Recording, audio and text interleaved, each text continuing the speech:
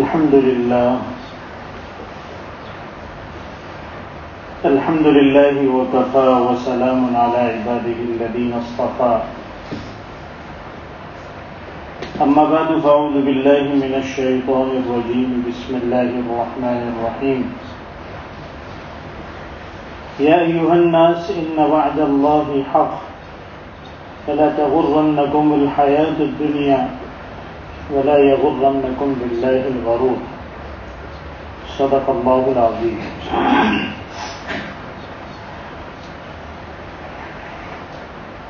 ایک صحابی فرماتے ہیں کہ حضور اکرم صلی اللہ علیہ وسلم نے حضرت ابو عبیدہ ابن الجراح رضی اللہ تعالی عنہ کو بحرین کا گورنر بنا کر بھیجا تھا اور انہیں ٹیکس اور جزیہ وصول کرنے کی بھی ذمہ داری دی. ایک مرتبہ وہ بہت سارا سامان، نقدی، کپڑے وغیرہ جزیے میں کافروں سے وصول کر کے حضور اکرم صلی اللہ علیہ وسلم کے پاس آئے. یہ خبر لوگوں کو پہنچی تو بعض انصاری صحابہ فجر کی نماز میں آئے اور جب آپ صلی اللہ علیہ وسلم فجر کی نماز پڑھا کر اپنے گھر لوٹ رہے تھے تو آپ کے سامنے آ کر کھڑے ہو گئے. زبان سے کچھ نہیں کہا. حضور اکرم صلی اللہ علیہ وسلم سمجھ گئے کہ یہ لوگ اسی سامان کی طلب میں آئے ہیں. آپ نے مسکرایا، خوشخبری دی اور کہا کہ یہ مال تمہیں ملے گا، لیکن آپ کو اس بات کا احساس ہوا کہ ان لوگوں کا اس طرح سے آنا اور اس مخصوص انداز میں مال کو طلب کرنا کہیں ان کے دل میں مال کی محبت پیدا نہ کر دے. تو اس وقت آپ نے ایک خاص بات ارشاد فرمائی جو پوری امت کے لیے بہت اہمیت رکھتی ہے اور خاص طور پر اس دور کے مسلمانوں کے لیے اس کی اہمیت بہت بڑھ جاتی ہے. آپ نے فرمایا واللہ ما اخشى علیکم الفقر، خدا کی قسم مجھے تم پر فقر اور محتاجگی کا ڈر نہیں ہے. مجھے اس بات کا ڈر نہیں ہے کہ تم غربت کے شکار ہو جاؤ، تم پر فقر و فاقہ آئے گا، اجتماعی طور پر، عام طور پر تم محتاجگی کا شکار ہوں گے. مجھے اس بات کا ڈر نہیں ہے. مجھے تو اس بات کا ڈر ہے کہ تم پر دنیا کو اس طرح سے پھیلا دیا جائے جس طرح تم سے پہلے لوگوں پر دنیا پھیلا دی گئی تھی. انہیں خوب دنیا دی گئی تھی، خوب دولت دی گئی تھی، خوب مال دیا گیا، خوب عیش و عشرت کے سامان دیے گئے. مجھے اس بات کا ڈر ہے. تو دولت ملے گی تو کیا ہوگا؟ کس بات کا ڈر ہے؟ آپ نے فرمایا مجھے اس بات کا ڈر ہے کہ یہ مال کی کثرت تمہیں اسی طریقے سے ہلاک کر دے جس طرح پہلے کے لوگوں کو اس مال نے تباہ اور برباد کر دیا. حضور اکرم صلی اللہ علیہ وسلم نے یہ بات ارشاد فرمائی. اس سے پتہ چلا اور تاریخ بھی اس بات پر گواہ ہے کہ مسلمان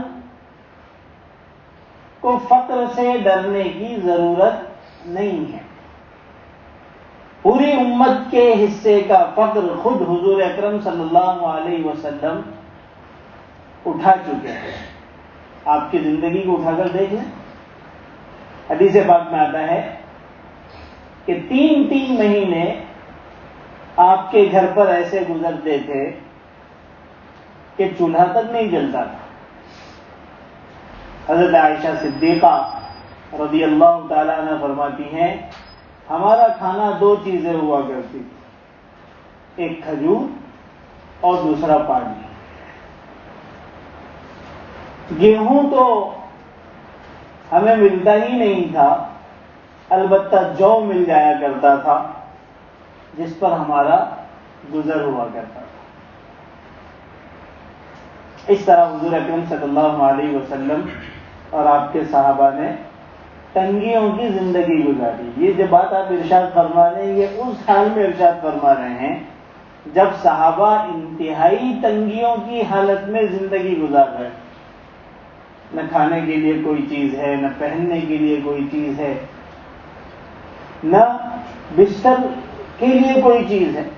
حدیث پاک میں آتا ہے ایک مرتبہ حضور اکرم صلی اللہ علیہ وسلم سے صحابہ سے کہا کہ اس وقت تمہارا کیا حال ہوگا جب تمہارے نیچے قالین بچھے ہوں گے. حضرات صحابہ کو بڑا تعجب ہوا کہ ہم لوگ قالین پر بیٹھیں گے. تو انہوں نے کہا کہاں ہم اور کہاں قالین. حضور اکرم صلی اللہ علیہ وسلم نے فرمایا کہ ہاں ایک وقت آئے گا جب تمہارے یہاں قالینیں بچھے گی اور تم قالینوں پر بیٹھو گے، قالینوں پر سوؤ گے، قالینوں پر چلو گے. مفہوم بیان کرو. تو وہ زمانہ تھا جب انہیں سونے کے لیے، بیٹھنے کے لیے کھجوروں کے پتیوں کی چٹائی تک میسر نہیں تھی. تو انہیں بہرحال قالین کہاں سے سمجھ میں آئے گی. تو حقیقت یہ ہے کہ ان حضرات نے اصل قربانیاں دی ہیں، اور بعد میں حضور اکرم صلی اللہ علیہ وسلم نے جس بات پر خوف جتایا اور اندیشہ بتایا وہ مال کی کثرت کا تھا کہ اس امت کو مال خوب ملے گا. اور پھر دنیا نے دیکھا کہ اللہ تبارک و تعالیٰ نے بے حساب مال دیا. پوری دنیا کی دولت ان کے قدموں میں آ گئی. قیصر و کسریٰ کے سارے محلات، ان کے سارے مال و دولت ان کے جیبوں میں آ گئے. ایک مرتبہ کہیں سے مال غنیمت آیا. حضرت عمر فاروق رضی اللہ تعالیٰ عنہ کی زمانے خلافت میں مسجد نبوی کے صحن میں وہ مال انڈھیلا جا رہا تھا. جس طریقے سے کھیتوں سے جب اناج کٹتا ہے اور گیہوں اور چاول کو اس کے بالیوں سے جدا کرنے کے لیے وہ بوریاں کھولی جاتی ہے اور پھر اناج کا ڈھیر لگ جاتا ہے. حضرت عمر قد کے اندر بہت لمبے تھے. سونے اور چاندیوں اور اشرفیوں اور درہموں کا ایسا ڈھیر لگا کہ حضرت عمر اس کے پیچھے چھپ گئے. اس وقت حضرت عمر نے فرمایا تھا کہ اللہ تو جانتا ہے کہ ہمیں مال سے محبت ہے.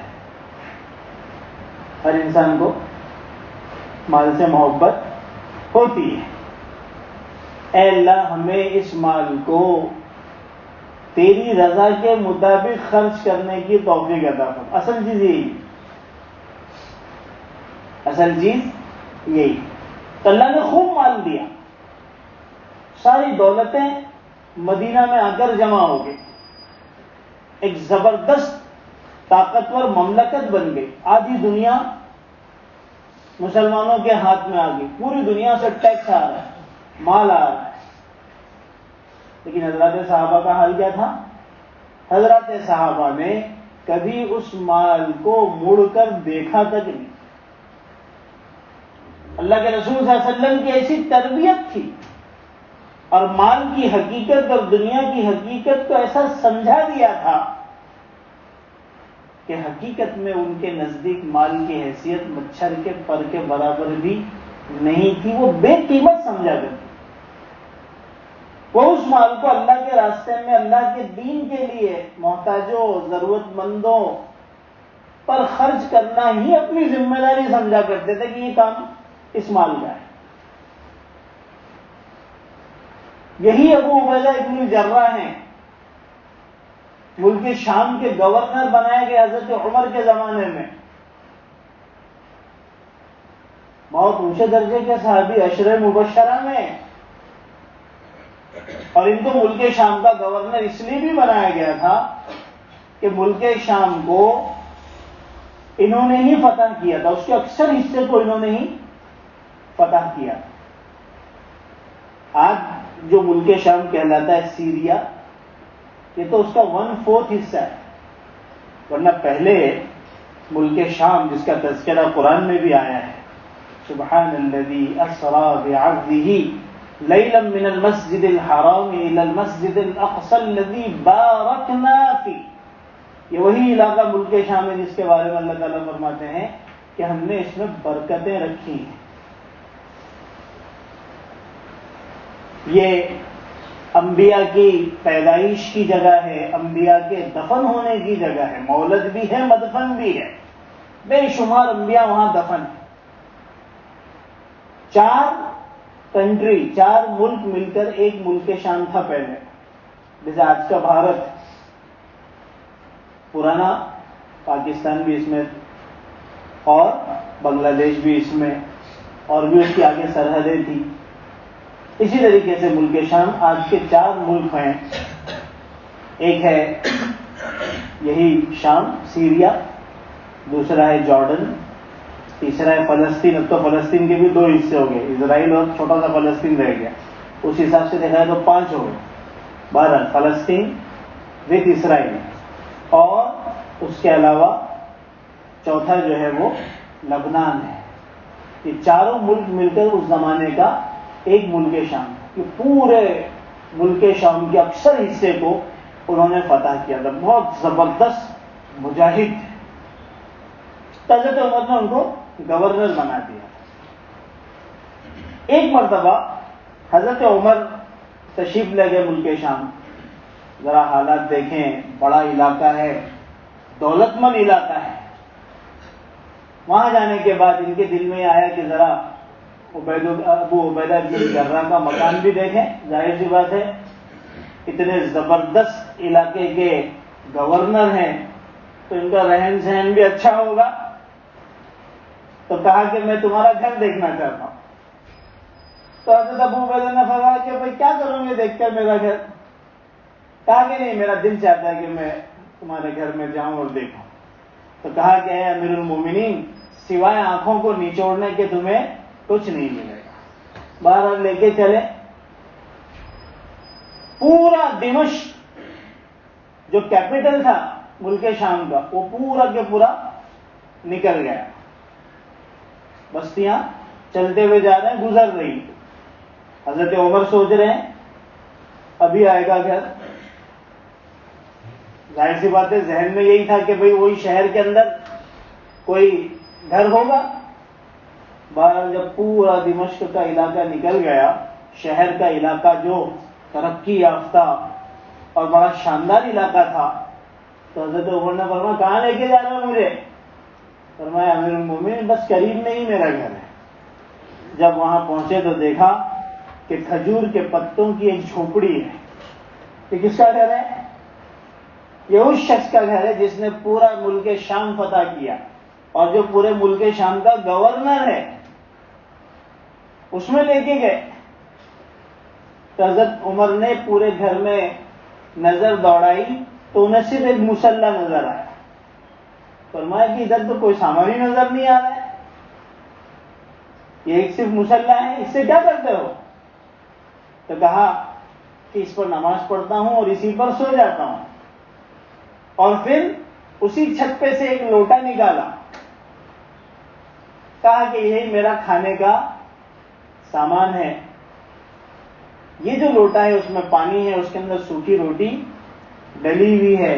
اے امیر المومنین، دن بھر عوام کے اور حکومت کے کام کرنے کی وجہ سے کھانے کا نمبر آتا ہی نہیں ہے، فرصت ہی نہیں ہے.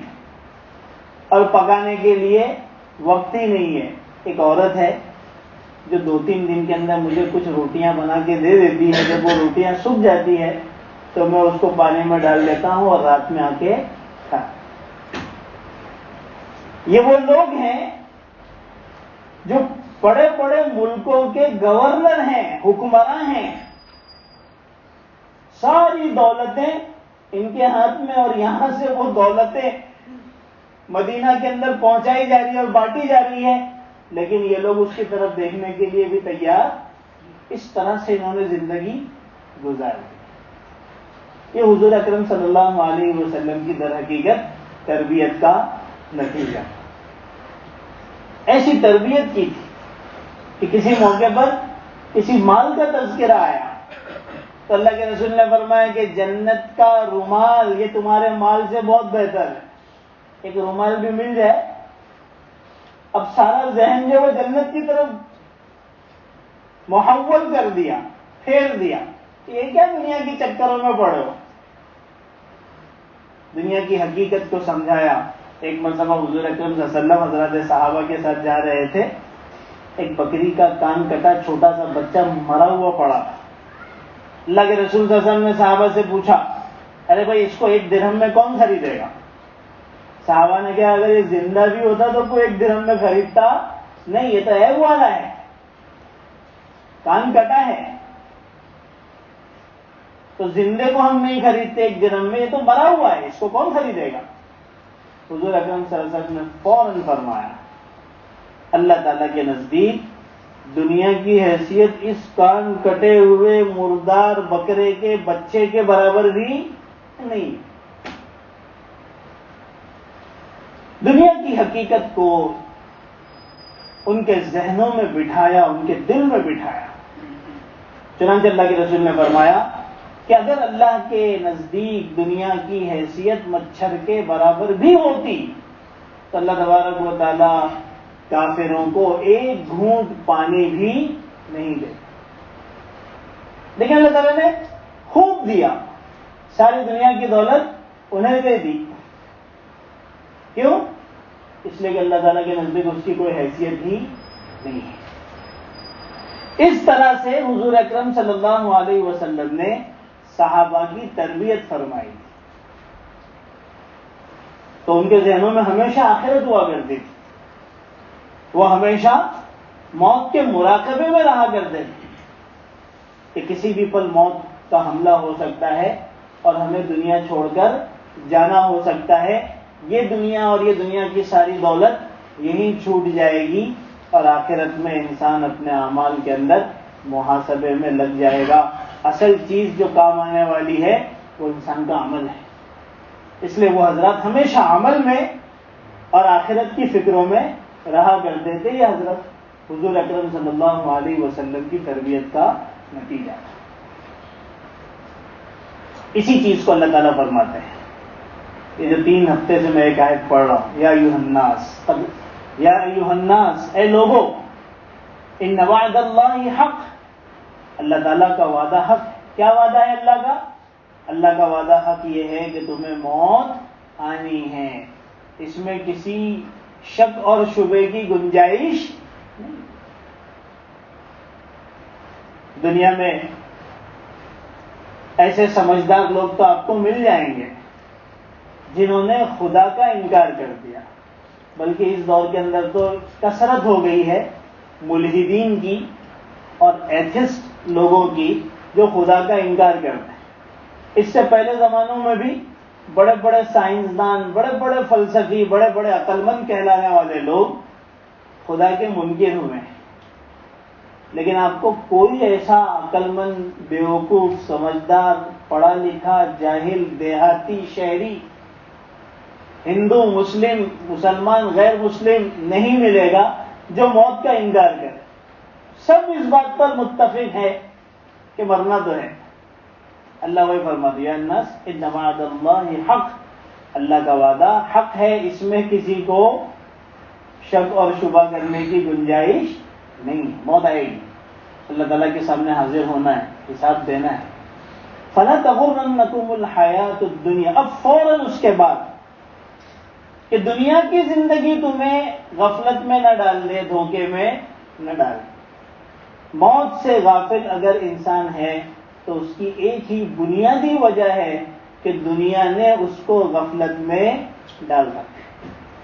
دنیا کی مشغولی، دنیا کی فکریں اور بڑی بڑی پلاننگ، اس نے اس کو ایسا اپنے اندر مصروف کر رکھا ہے کہ اس کو موت یاد ہی نہیں آتی۔ وہ موت سے کیا ہے؟ غافل ہے۔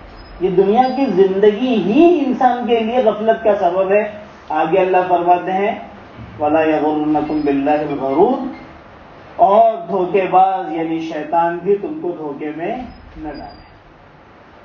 دونوں چیزیں، شیطان کا بھی مستقل کام ہے کہ دنیا کی محبت میں، دنیا کے حاصل کرنے میں انسان کو لگا کے رکھے اور موت سے غفلت میں ڈالے۔ حالانکہ حضور اکرم صلی اللہ علیہ وسلم کی تعلیمات میں یہ بات خاص آتی ہے کہ انسان کثرت سے موت کو یاد کرے۔ اکثروا ذکر حازم اللذات الموت، لذتوں کو کڑوا کر دینے والی چیز موت کو کثرت سے یاد رکھے۔ ایک آدمی انتہائی مستی میں ہو، بہت اچھا ماحول ہو، ہر چیز لذتوں کی موجود ہو، اور اسے پتا چل جائے کہ اسے مرنا ہے، یا موت کا تذکرہ چھڑ جائے، یا کچھ ایسے حالات پیش آ جائے، اس کی وہ ساری لذتیں پھیکی پڑ جائیں۔ چیز ہی ایسی ہے، اسی وجہ سے اللہ کے رسول نے اس کو حازم اللذات فرمایا، لذتوں کو کڑوا کر دینے والی چیز۔ جو لوگ موت کو یاد رکھتے ہیں ان کے لیے گناہوں سے بچنا آسان ہو جاتا ہے، خدا کی نافرمانیوں سے بچنا آسان ہو جاتا ہے، اور جو موت سے غافل ہوتے ہیں وہ ساری انہی چیزوں میں پڑے رہتے ہیں۔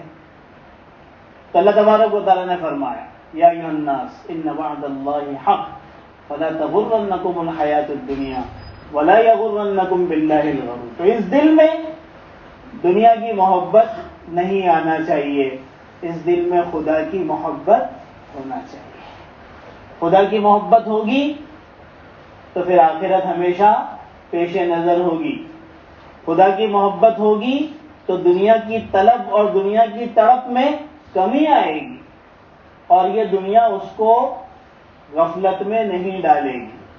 بڑے بڑے لوگ دنیا میں آئے، بہت پیسے والے آئے، بڑے بڑے حکمراں آئے، بڑے بڑے بادشاہ آئے، سارا کچھ چھوڑ کر چلے گئے، اور جب احساس ہوا تو کوئی فائدہ ان کے اس احساس کا ان کو نہیں ہوا، اس لیے کہ یہ حکومتیں اور یہ دولت اور یہ حکمرانی اور یہ شہرت انہیں غفلت میں ڈالے رکھے رہی، اور موت کا پنجہ انہیں آخر میں آ کر اچانک ہی پکڑ لیا۔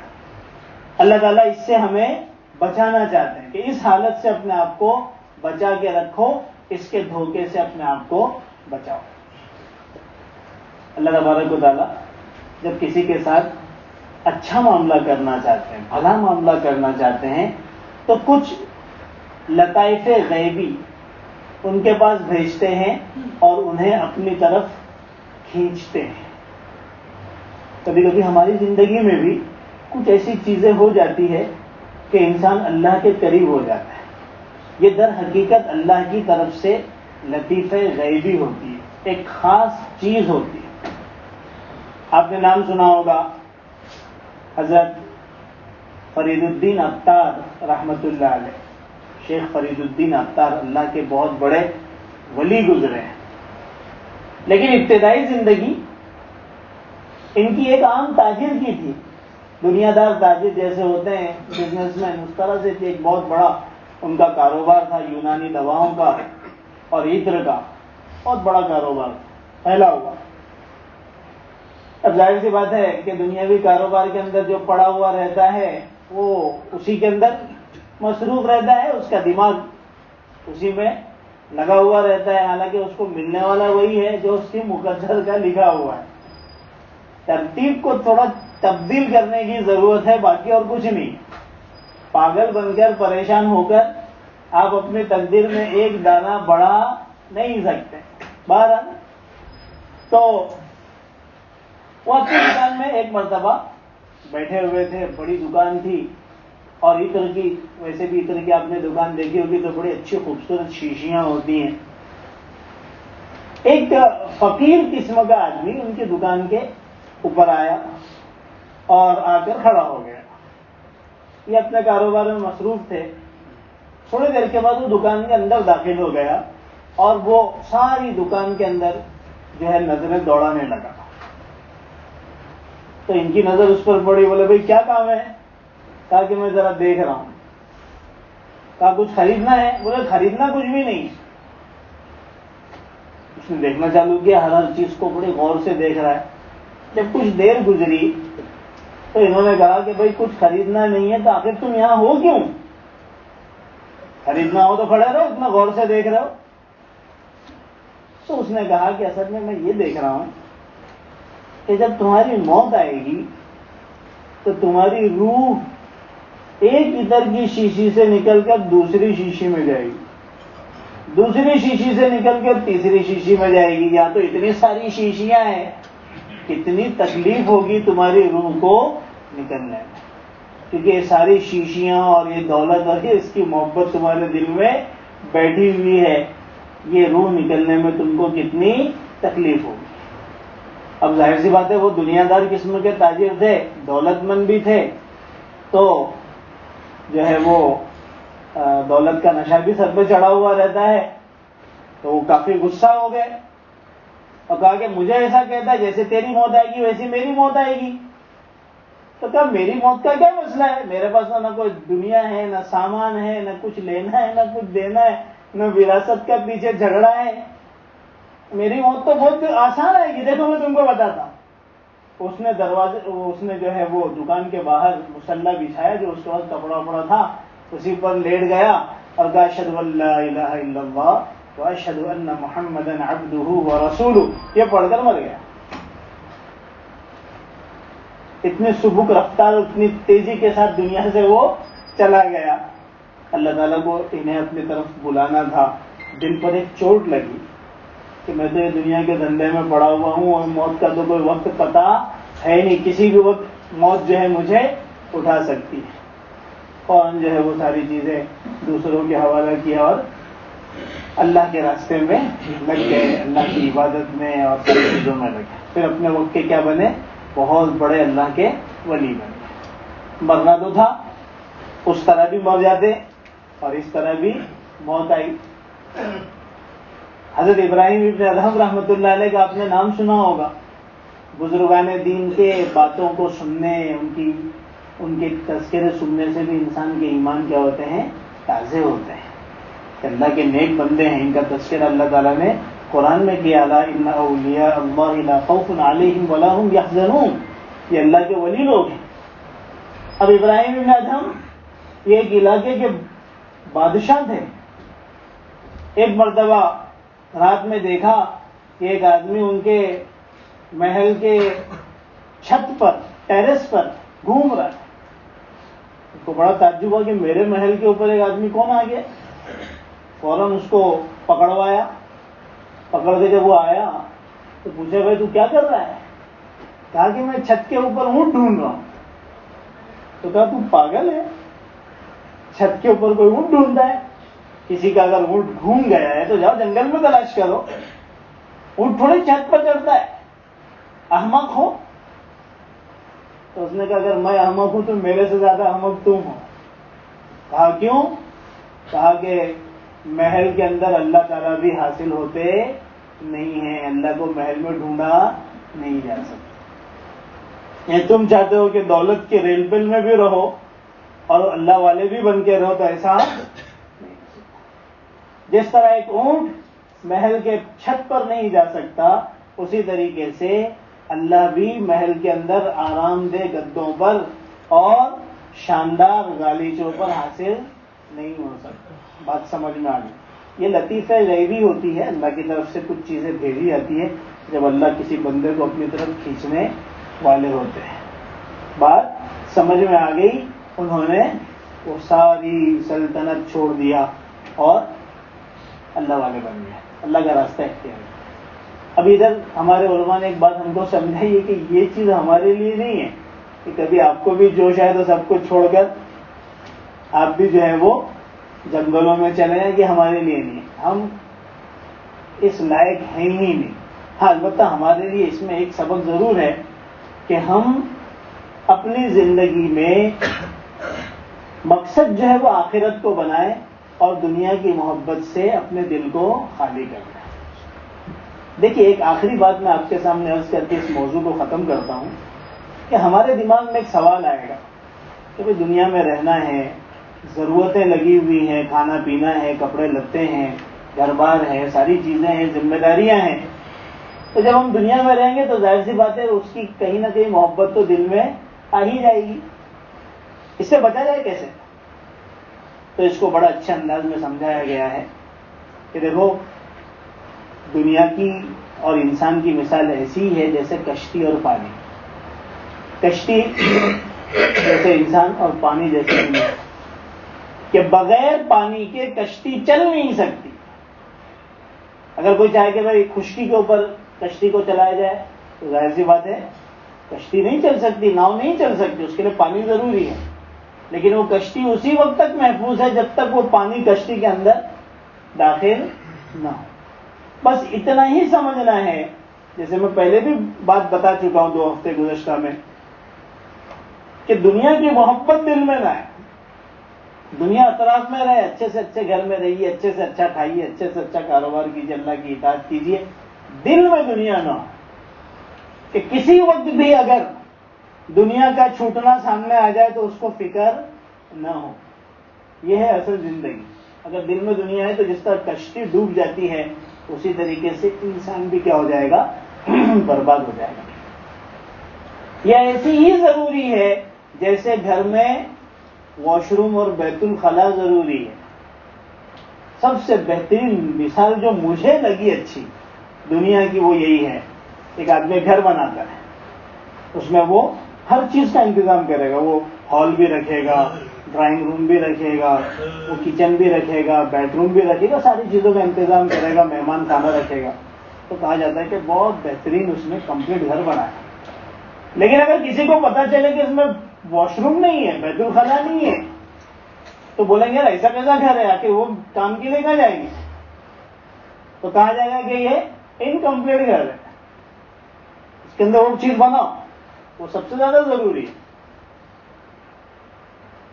اسی طریقے سے دنیا کا معاملہ ہے کہ دنیا بالکل بیت الخلاء کی طرح ہے کہ اس کے بغیر کام نہیں چلتا۔ اب اگر ایک آدمی نے ویسا گھر بنایا جس میں بیت الخلاء بھی اچھا بنایا، تو کیا وہ ہر وقت بیت الخلاء ہی کے خیالات میں رہے گا، اسی کے بارے میں سوچتا رہے گا کب میرے کو ٹائم ملے تو میں اس میں جاؤں اور تھوڑا سا اچھا وقت اپنا اس میں گزاروں؟ کیا کوئی ایسا عقل مند آدمی سوچتا ہے؟ وہ ضرورت کے موقع پر جاتا ہے، آپ کی ضرورت پوری کرتا اور آ جاتا ہے۔